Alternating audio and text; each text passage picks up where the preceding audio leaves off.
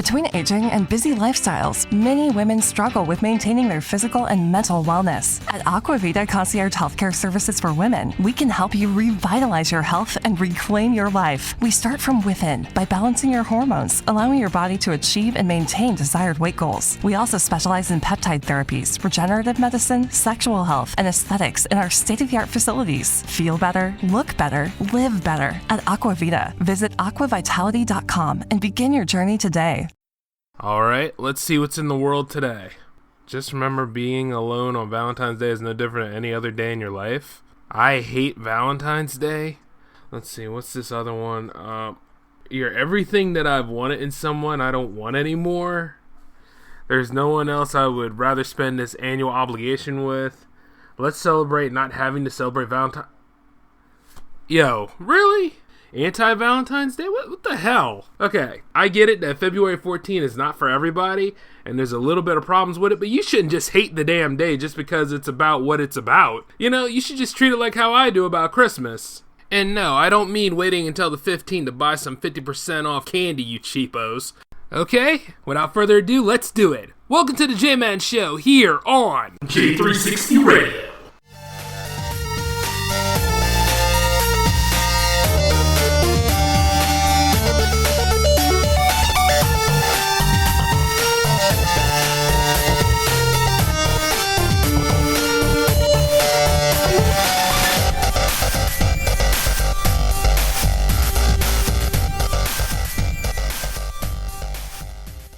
Between aging and busy lifestyles, many women struggle with maintaining their physical and mental wellness. At Aquavita Concierge Healthcare Services for Women, we can help you revitalize your health and reclaim your life. We start from within by balancing your hormones, allowing your body to achieve and maintain desired weight goals. We also specialize in peptide therapies, regenerative medicine, sexual health, and aesthetics in our state-of-the-art facilities. Feel better, look better, live better. At Aquavita, visit aquavitality.com and begin your journey today. Ah, wow. It's good to be back for another episode, ladies and gentlemen. I apologize for the delays as I was writing some articles for the J360 website and reorganizing the YouTube channel. Well, on paper, I'm making the plans right now, and I was kind of at odds about what the subject matter for today's episode should be, whether it was going to be like a full political episode or was it going to be Valentine's Day. You know what I mean? And episode 12 is on the rise, too, now I think about it, but I wouldn't worry too much. Because now we are going to get to the bottom of this trashing February 14th. It's gone on far enough, you know what I'm saying? That seems to be everybody's thing now. Oh, I hate Valentine's Day. You know, the Super Bowl's over, now I can go back to my humdrum life. Wait, Valentine's Day showing up? Oh, shit. I hate this holiday. You know, and for what? Social interaction problems? Valentine's Day is not the reason why you don't have somebody in your life. But of course, though, since I didn't do a Trump Watch last week, instead, I'm not really going to do one this week either. I'm going to do something a little different. I'm just going to be honest about this. Now, let me get my soapbox as I talk about the political game. It's been an interesting turn of events during the political scene. You know, from Trump fighting with Nordstrom over Ivanka's clothing line, the approval of Betsy DeVos and Jeff Sessions for education and attorney general, and the Ninth Court of Appeals finally standing up to this infamous Muslim ban. You know, just shit has been hitting the fan so much, you can't call this anything short of a calamity. It's not a cataclysm yet, but it's coming close. You know, you gotta put this stuff on a level. It's gonna be a brutal battle for America to be America again because of all this crap that's going on and people are making it seem like MAGA. But what gets me is how society acts in this. If you speak out against the 45th retrograde, they will call you liberal, libtard, or aggressive. If you speak in favor of this, you're called Trumplet, racist, xenophobes, and alt-right. Now, deep down, this bullshit is what got us into this nonsense in the first place. You know, the way this new government is acting? It is beyond the levels of the two-party system. This doesn't seem to be about liberal and conservative anymore, or even common decency. I think that this whole 45th presidency, and I'm using that with quotes, is one giant ego stroke by grown, proud, ignorant man-children who have nothing but an axe to grind against people who just want to live for a better life. And it's also in an attempt to persecute and silence diverse people with intimidation and calling it safety. You take away ethics and civil liberties, that's not safety. There really isn't a safe zone for anyone to go with, especially if there's this iron grip / martial law mandate in play. This tactic that Trump is trying to pull along with his all-stars, you know, you don't need to be afraid, but you need to stay aware, and you're probably wondering what side I'm on this. Well, I'm an American first.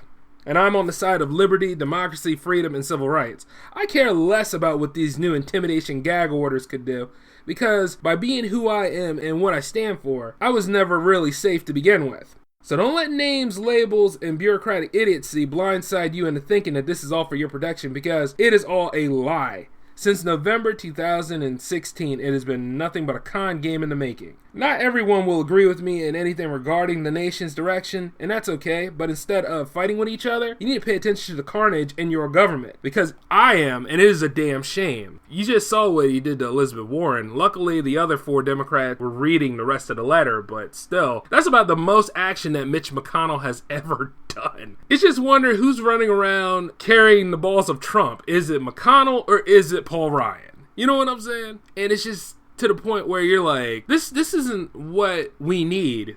We need something a little bit better than this kind of stuff. And not only that, he's going to go and protect his daughters running the company. You know what I'm saying? Going to protect her interests. I mean, I can understand if you're the father and you're going to protect your own. That's one thing. But his whole conflict of interest is not about that. And that's not MAGA. That is not MAGA at all. That's bullshit. You are the president. Do your damn job.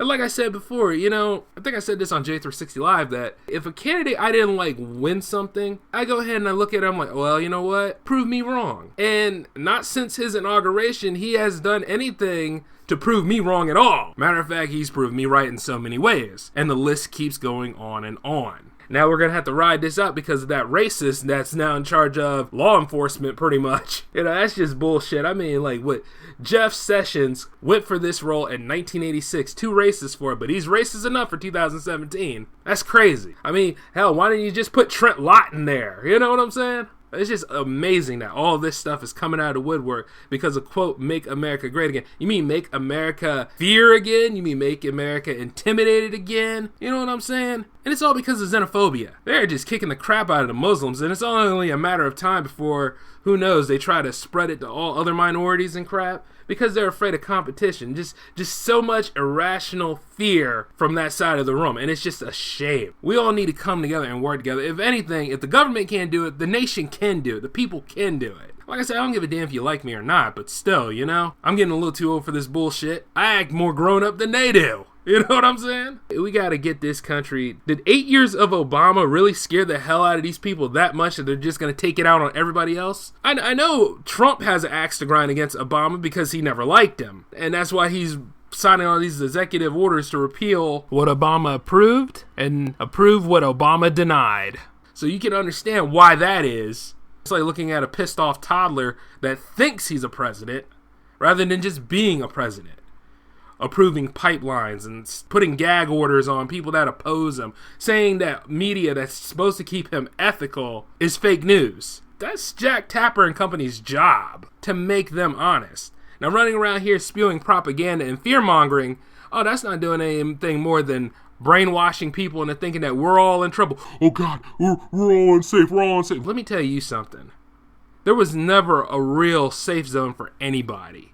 You have to keep working. You can't just sit there and be satisfied. You have to keep moving. You know what I'm saying? I made a mistake once of just being satisfied, but little did you realize it was a job I lost. You know what I mean? But you see, the thing is, I got better with that because now I just always go for a job. You know what I'm saying? You just can't sit there and be satisfied and thinking that, you know, relative ease exists.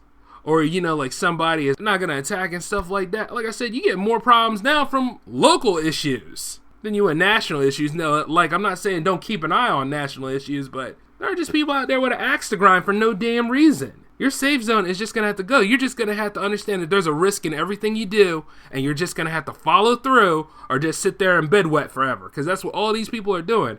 And if anything else, they're trying to use our fears and our prejudices against us to make us think like this. If anything, that the GOP, or the new GOP, I should say, because if you read in your history, like, the Republican Party wasn't as bad. As a matter of fact, it was quite opposite back in the day. But, you know, nowadays, like, it seems like they have gotten a lot worse in their conduct because it ruins any sort of respect you could have for that side of the room. If you don't agree with me, that's fine. That's why how great this country is, and you better enjoy that while you still got it before they just find a way to try to make us all act as a hive mind or some bullshit. But you know what? I mean, this is a pretty unorthodox Trump watch, but what I'm saying is that you all need to watch him as much as I do. I'm just keeping an eye out for like something really stupid to happen. Because how you gonna put somebody that doesn't believe in public education in charge of education? And how the hell you gonna put a racist already in charge of something that is already given a lot of shade to called law enforcement, because some of these people in law enforcement don't do their jobs. And if anything, they have like a little boys club and they want to go ahead and take it out on minorities that probably don't know that they have rights and stuff protecting them. You know what I mean? Just trying to take us back to those old days where it wasn't so great. Everything about that slogan, Make America Great Again, is a lie. Or alternative fact, because I guess that's the term nowadays for lying. But you know what I mean? All this listen and believe, folks, is not going to help us in the long run. And that's my soapbox for today. It wasn't a usual Trump watch, but then again, we're not living in usual times anymore. Like yesterday, people said that there was going to be a giant snowstorm yesterday, right? And if you saw my video yesterday, you would know that it didn't get anywhere near my neighborhood, and I'm right here smack dab in the middle of the Northeast. You understand what I'm saying? So yeah, you can't say that global warming doesn't exist. As a matter of fact, global warming is not a religion or a cult sort of thing anyway. It's something that is currently happening, and I guess the only ones that would really notice are the ones that pay attention, me, or maybe them damn polar bears that live on the polar ice caps and stuff. But hey, whatever. I mean, the EPA can't say anything because that gag order is still in effect. But enough of fighting politics right now, because that's a whole nother episode. Today, I'm going after society. Yep, outside of the collateral damage on the nation, it's just, why does every time February come around, people bitch and moan about either Valentine's Day? You know what I'm saying? I mean, I can understand if you're in grade school or high school and you're going through the whole thing without a sweetie. Like, that's tough. But if you're an adult and you can meet anybody on any time that you would like to, that's sad. I mean, the typical response would be to blame others and hate the day and make yourself miserable if you want to. Who knows? Maybe you told your secret crush who you are and that you liked them, but you didn't get no response or anything in return. Results vary in terms of romance and love anyway, let alone it being on Valentine's Day. And there's nothing in the rule book that said that you had to have somebody on Valentine's Day anyway. You have to realize this, though.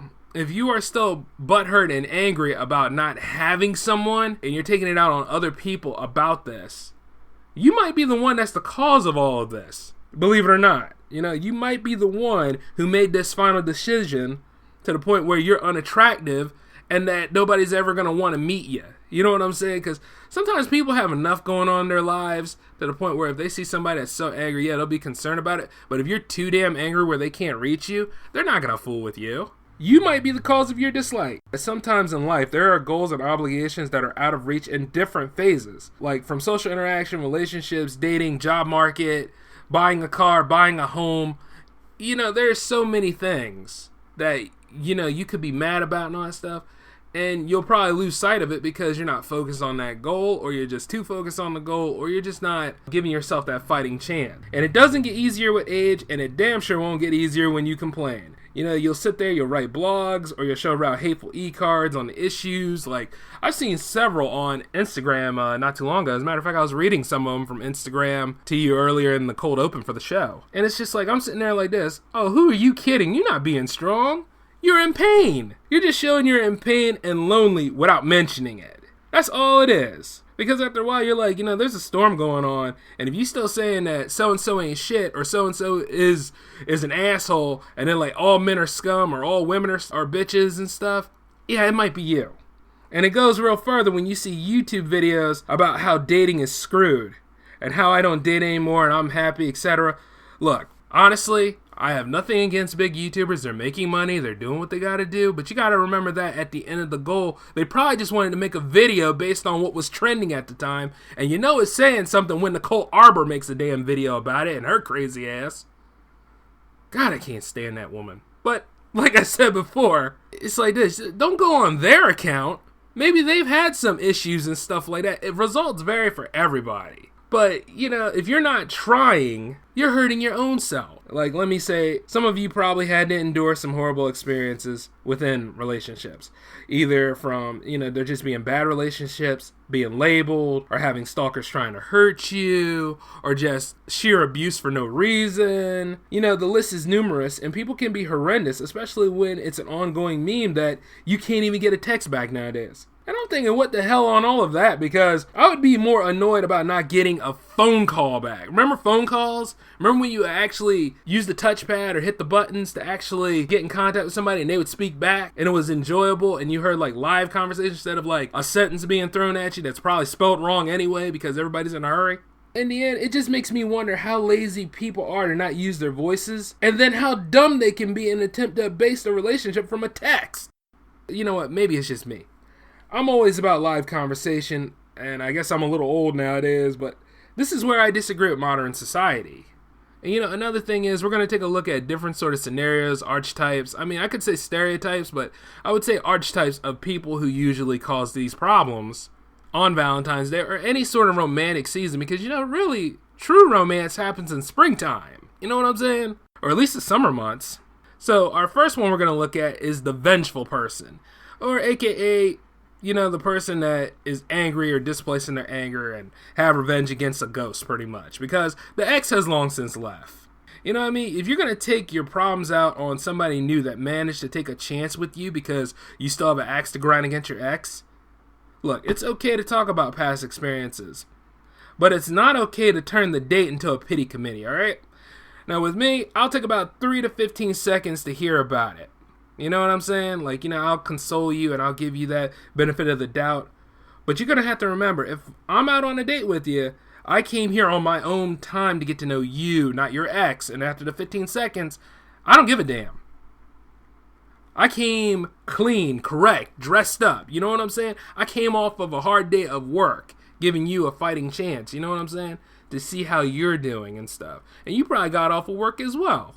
And the last thing I'm going to have is for you to waste my availability time on somebody who isn't even in your life anymore. You're ruining both of our time while the other person is having fun. Now, if this sounds cruel, well, you got to understand this. Try being the person who's dressed to their best to hear you drone on about somebody else. How screwed up is that? I mean, if a relationship blossoms, it's a new beginning for both of you. Not some petty revenge against someone who blew the deal. The idea is to be happy and not petty. You just can't sit there and just hold on to that stuff. If that's the case, then you're not ready for no relationship. You're still wrapped up in the same old circumstance. The only one that's really losing out of that is yourself and time. Another thing is, if you are the person who complains daily but does nothing to solve your problem, you're being an asshole. No excuses. You're supposed to be in control of yourself and opening to new experiences, some good, some bad, but you learn and you survive every time. You're supposed to learn a lesson from all of your bad experiences so you can appreciate the good experiences more. You're going to go through bad things. I don't care what it is. And people included. Like sometimes, that chick will be looking really good and you be wanting to walk up to her and talk and everything else. And you're probably going through a period called love shyness, and that is a significant problem.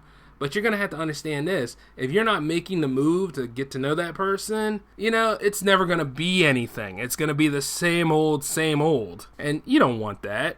And if you're that kind of person that didn't have it come together and you're going to go on Facebook the next day and talk about how you never really met somebody and stuff, you need to really go ahead, get off of Facebook, look in the mirror, and actually go ahead and try to evaluate yourself. Because you're the one that did this crap. And I'm not saying shame yourself, but why did you gag order yourself?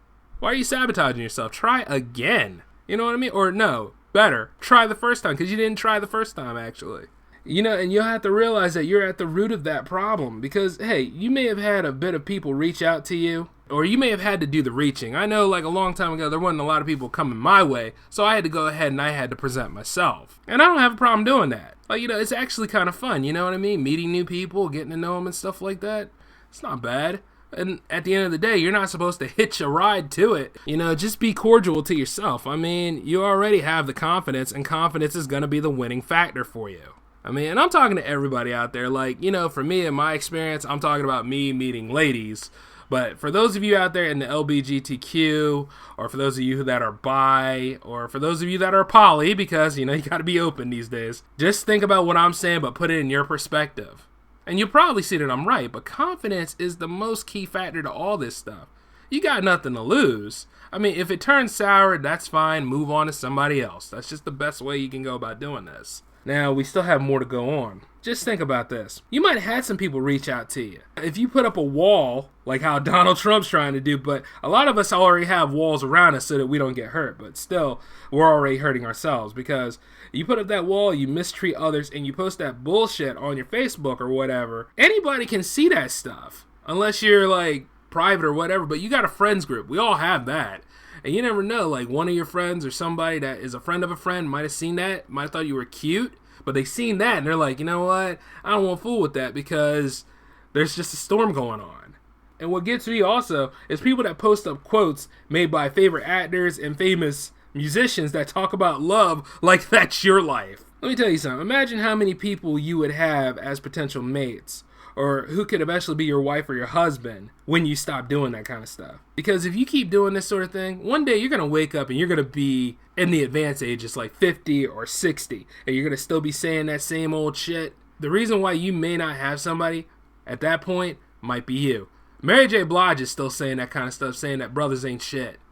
I'm thinking this, Mary, it might be you. Now, that's not to say that those that pursue the lover's game aren't the ones that are fully about this problem. There are ones that are already snatched up with reasonably beautiful people. But there's a problem with that. Even though they're snatched up, they still have others that they go to. Now, these greedy so-and-sos, they have little things called side game.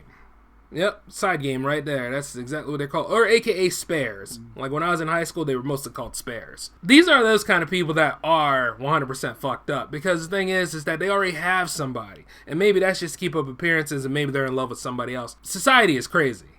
It's been crazy for a long time. And you know that chances are you might be the side person and a lot of people don't want to be the side person. And there are signs there about it. And I'll probably cover it in another episode. But I'm going to touch base on it. You'll know a side person because of their mannerisms and stuff like that. If they're always out there with somebody else or they're always like with you every so often, but they'll be somewhere else and you don't really know about it, chances are you'll feel your instinct tell you that they're just playing you for the side. Especially if they're not around you all the time. Now, that's not the same thing as being single and dating. If you're being single and dating, you can date anybody you want. But it's only if you're in a serious relationship. Or if that person's in a serious relationship and you're just over there pretty much covering the bases when the certain other isn't around and stuff. You can tell. You will know because your instincts will tell you. And you'll just have to trust it. But you see, the problem with trusting your instincts sometimes is people are good at lying and they can make you insecure. And insecurity is a horrible thing. It's difficult to get rid of because being insecure means that you'll get mad at anybody, especially the ones that you don't know. Like, say, like if your certain significant other is pretty good with her ex, like, you know, yeah, in my perspective, you know, like, pretty good with her ex, they pal around, they have a good time, and then sometimes it seems like they get a little too damn intimate. Well, you know, at that point, you have every right to say something about it because they're obviously not respecting you. Oh, I was here first. Yeah, I was here last, now fuck off. You know, when you play that kind of role, you have to play that role because at that point it is about self-respect. But when you notice that you're dealing with somebody that has a side chick or whatever, or you're the one on the side, you're going to have to know when to cut that off. Power of choice is a very strong asset to have. And I know some of you are into crazy and probably could never leave, or some of you are stuck in a relationship like that because of, you know, images, appearances, especially those of you that are up there in, public official life. I don't know, sometimes this show gets popular. But, you know, I'm talking to those who think that this is fun and are doing it for cool points with the boys or with the girls and stuff like that. That shit is crazy. But you're going to have to keep this in mind. If you're the one doing this stuff, a side person isn't as dumb as you think they are. Chances are you might be the side and you don't know it. They might be running off and doing everything they want to do, and all of a sudden you come back, you probably see a baby in the crib be like this, hey, what about us?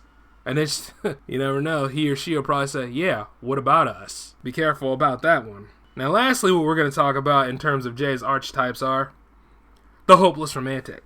Now, these people get on my damn nerves. They are much like a perfectionist on a film set who do nothing more than infuriate others and waste everybody's time. While a date can go either way, a hopeless romantic doesn't know a damn thing about it because they never try for a date.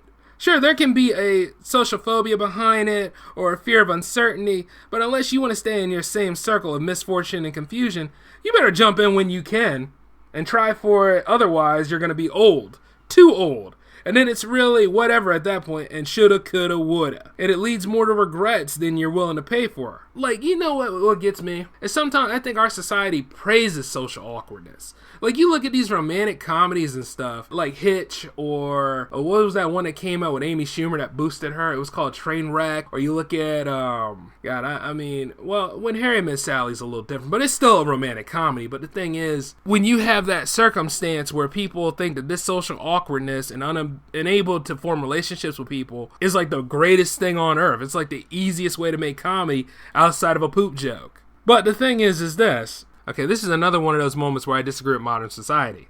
Social interaction is like one of the most important things that we as human beings can have because we're generally social people. We have to work together when we go to work. We have to go ahead and communicate with people on our off days. You know, it kind of helps us stay human. You know what I'm saying? It's not saying that you have to 100% be there every day and be somebody's best friend. Oh, no, far from it.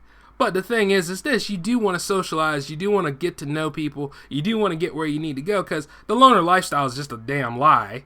I mean, sure, they make it look cool in other forms of media, but in real life, it's about the saddest damn thing on earth, because you're going to be wandering around, and you don't know how to talk to people, and, you know, it's just... Like, you're going to sit there, you're just going to be looking crazy. People are going to think you're crazy. You're going to say, oh, well, he's got an attitude problem or something wrong with him. And then just try to ostracate you and stuff. And that doesn't make it any better than, you know, just going up, saying hi, being nice, and going about your day, smelling good, looking good.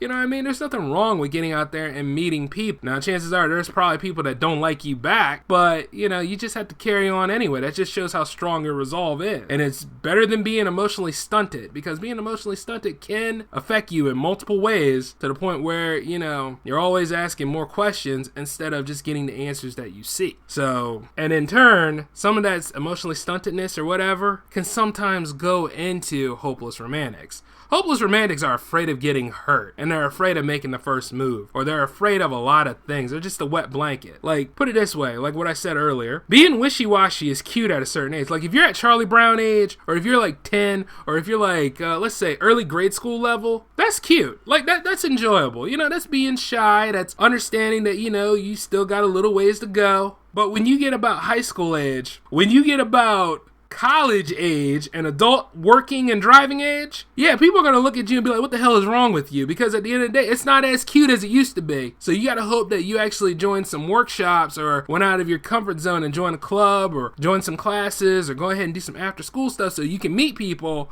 that way, so it helps you. You know what I'm saying? And do it while you're young and stuff like that so it doesn't affect you, because when you get older and you're trying to break out of that shell, it's a lot harder. Trust me. You can't sit here and wait. Don't waste time waiting and all that kind of stuff to get rid of that wishy-washy phase and make direction. Life is about choices, making directions, and deciding on dating and romance. That's what it's all about. You gotta live. And nobody said that living was gonna be 100% easy. Far from it. You got mountains to climb just like I do. And if you are sitting out there being a hopeless romantic and wondering why nobody is trying to answer the call, stop trying to live your life like a movie. Your life is not a movie. There is a reason why they are called movies, and there's a reason why this is called real life. Sometimes real life just doesn't make any sense. Movies, they make sense, because in the end, you might see that the socially awkward girl will get together with the hot guy in the end, or the socially awkward obese guy might get with the hot chick in the end. And in some cases, maybe it does happen in real life. Very rare, and due to other circumstances.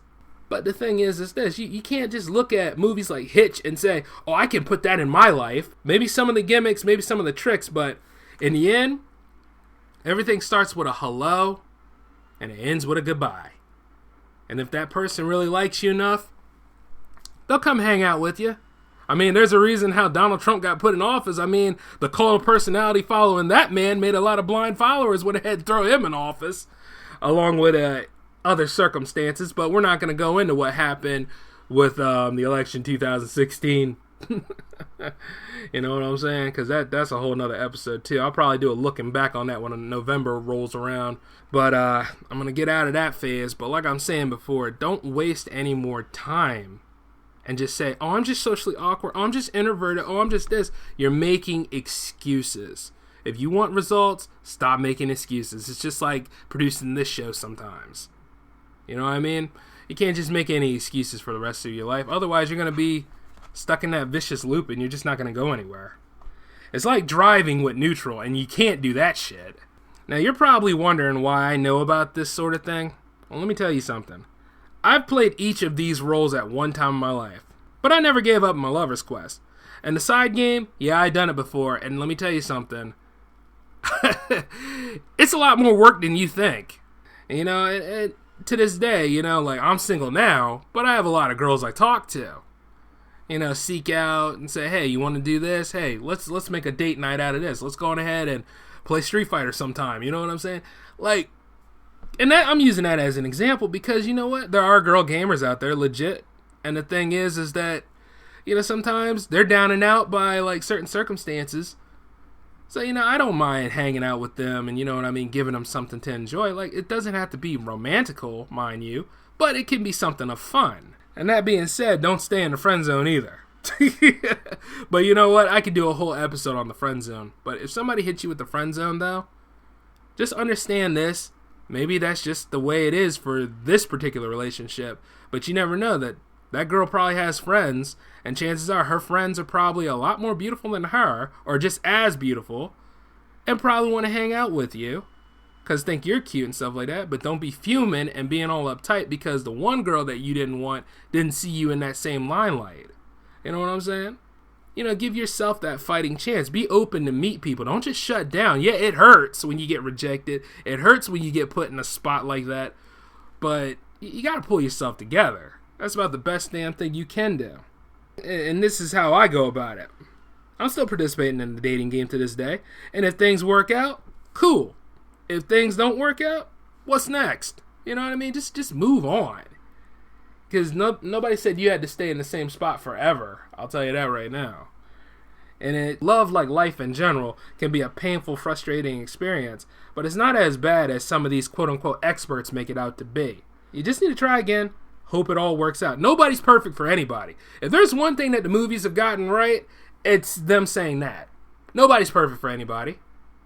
The only way that somebody could ever really be perfect is the way we perceive them in our own mind. And you know, like how you got that Disney fantasy where everything's happily ever after, you got this beautiful wedding, you got all this stuff happening and things.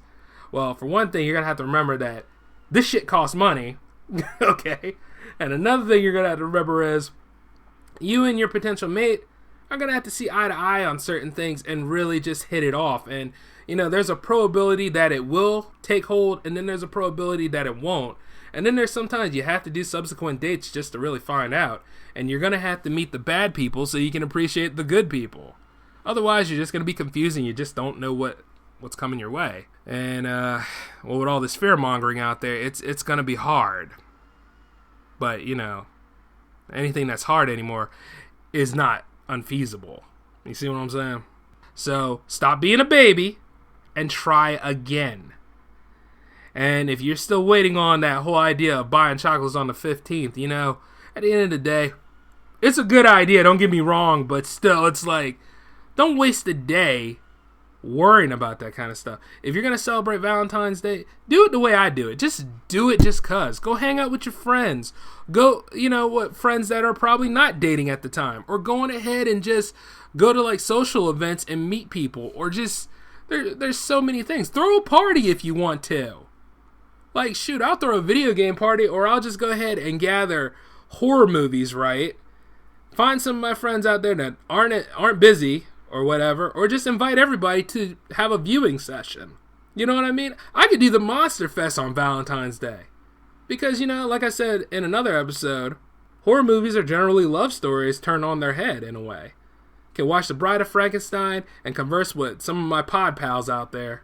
But you can't sit here and just say Valentine's Day sucks all the time. Valentine's Day is not the source of your problem. Valentine's Day is just a holiday like any other day.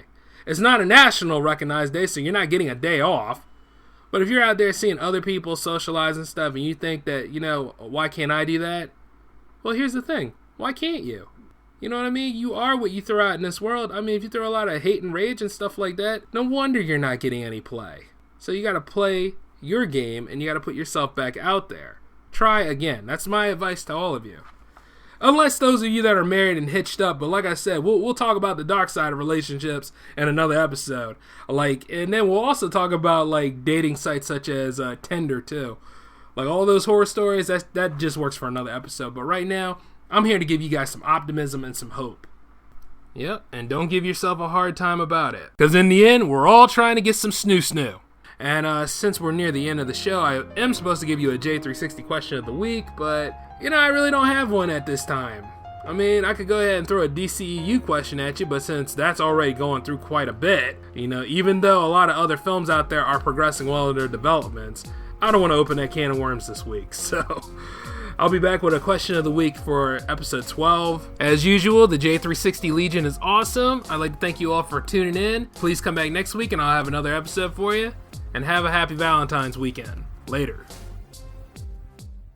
Judy was boring. Hello. Then Judy discovered ChumbaCasino.com. It's my little escape. Now Judy's the life of the party. Oh, baby, mama's bringing home the bacon. Whoa, take it easy, Judy. The Chumba life is for everybody. So go to ChumbaCasino.com and play over 100 casino-style games. Join today and play for free for your chance to redeem some serious prizes.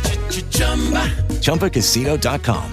No purchase necessary. Void where prohibited by law. 18 plus terms and conditions apply. See website for details. Okay, round two. Name something that's not boring. A laundry? Ooh, a book club. Computer solitaire, huh?